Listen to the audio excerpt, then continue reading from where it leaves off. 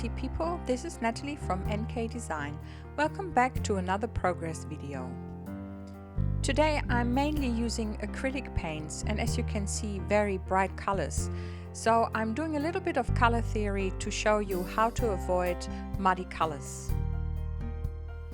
For the background I'm using yellow, orange and green. They're beautiful colors and they work well together, but there are a couple of things that you need to be aware of. Let me show you what I mean. If we would mix yellow and green together, that's a great color combo and there are no problems at all. Mixing yellow and orange will also create no problems at all.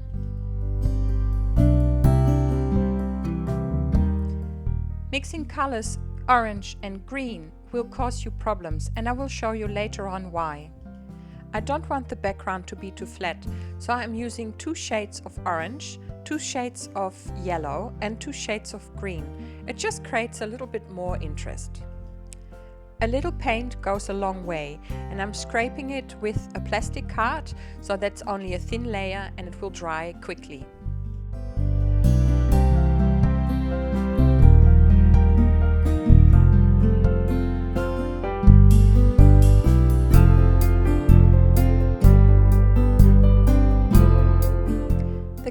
Orange, yellow and green are next to each other on the color wheel. They create a harmonious color scheme. They are called analogous. When you dry the colors in between, you will have no problems.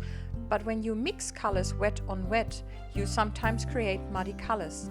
Let me show you. I'm dabbing here yellow orange and yellow green and orange and green.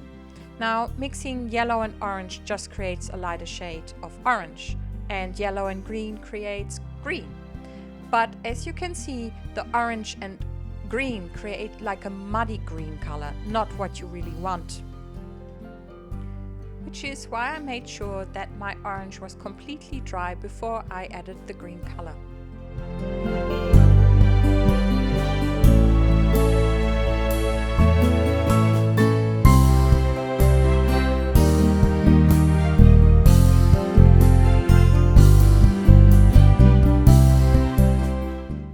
For my next step, I'm using white, a dark blue and black through stencils to add some dimension and depth to my background. First up, I'm using the Dylusion's alphabet stencil and black paint. I dab a little bit of paint on the sponge and then off the sponge and then dab it through the stencil. This creates clean and crisp lines.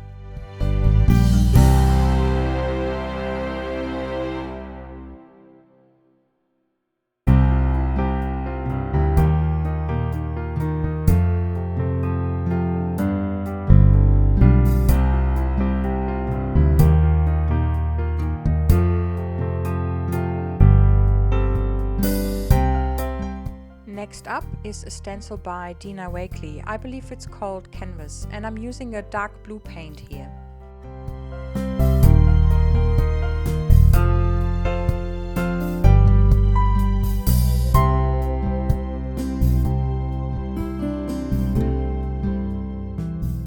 And the last stencil I'm using here with white is blocks from Dylusions.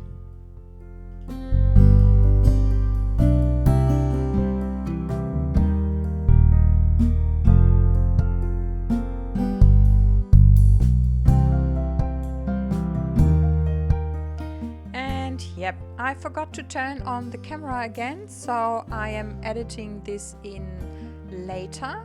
I'm showing you here the tetrad color combination, which is the blue-green, the red-violet, the red-orange. Well, it's more an orange because that's what I had already on the background, and then the yellow-green.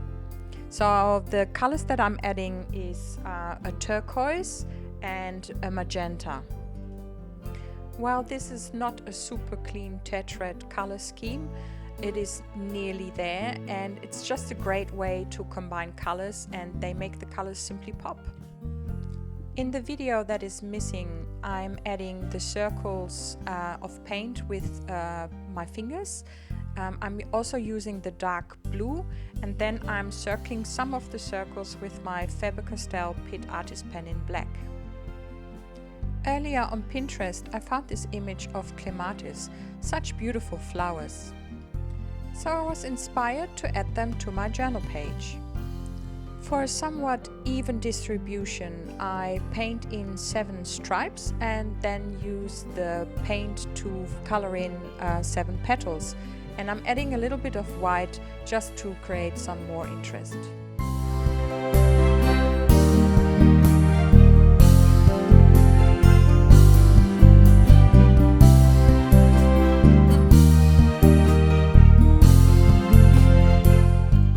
Now, I don't want you to get bored watching me painting all these petals, so I will come back once I'm done.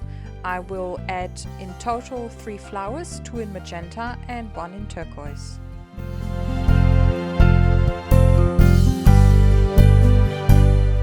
I am back and I'm now outlining the flowers with my black Faber-Castell Pitt pen. With the pale yellow, the color that I used earlier in the background, and a cotton bud, I am stippling some color into the centers of the flowers.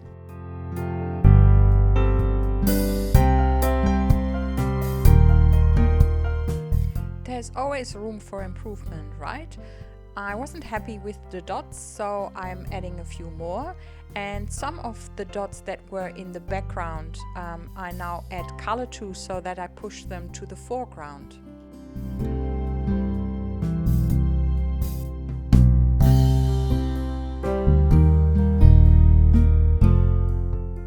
And of course I have to outline them with the black pen again.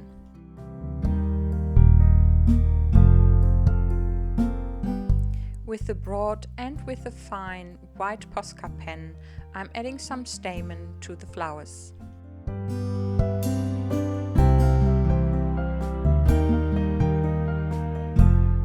And just because I can, I'm adding some dots to some of the bigger circles. With the chisel tip of a black Copic marker, I'm adding my little quote: "Be happy and smile."